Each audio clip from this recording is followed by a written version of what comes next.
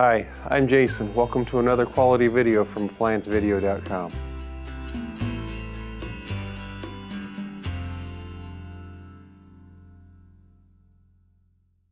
Today we are working on this Whirlpool freestanding gas range. We will show you how to remove and replace the spark module. To begin this repair, we must first access the rear of the unit. Stop. Before beginning any repair, be sure to always disconnect the power to the appliance. It is also recommended to test the outlet for proper voltage. Remember to also turn off the gas.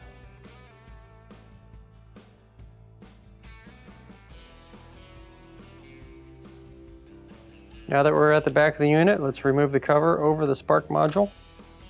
We're going to take number 2 Phillips, pull the screws off. There are 5 screws that hold it on.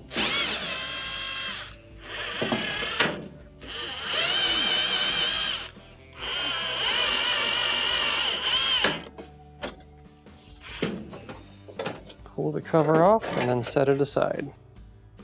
Now that we have the cover removed, some reasons why we might be replacing the spark module are if one of the igniters are not sparking, or if all of them aren't sparking, or if possibly when we turn it on, it trips the breaker, then the module could be shorted out.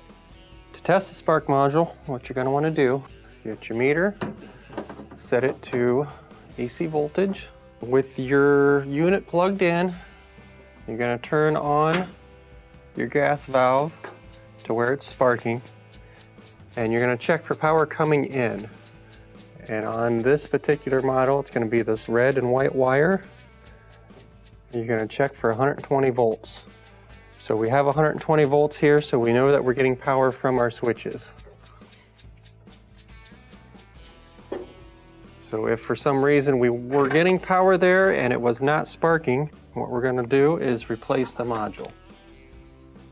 Before we disassemble, you're going to want to unplug the unit.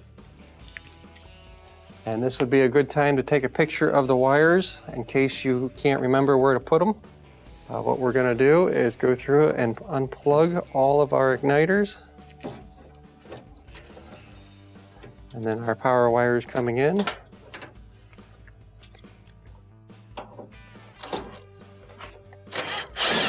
Take the 2 Phillips screws out.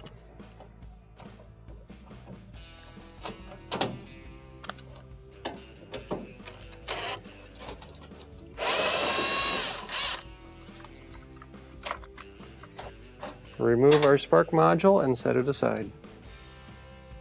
We're going to take our new spark module, installing it the same way that we took the old one out.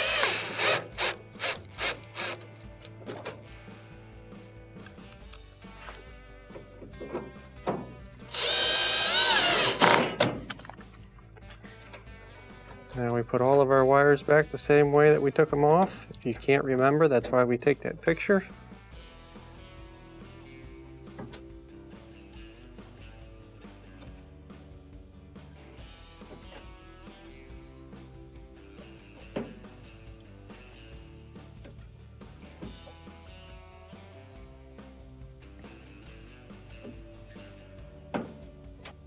And now we're ready to install our cover.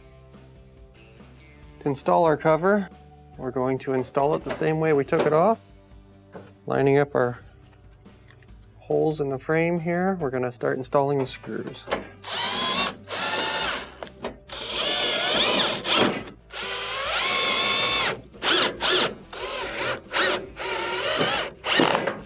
And that completes the repair.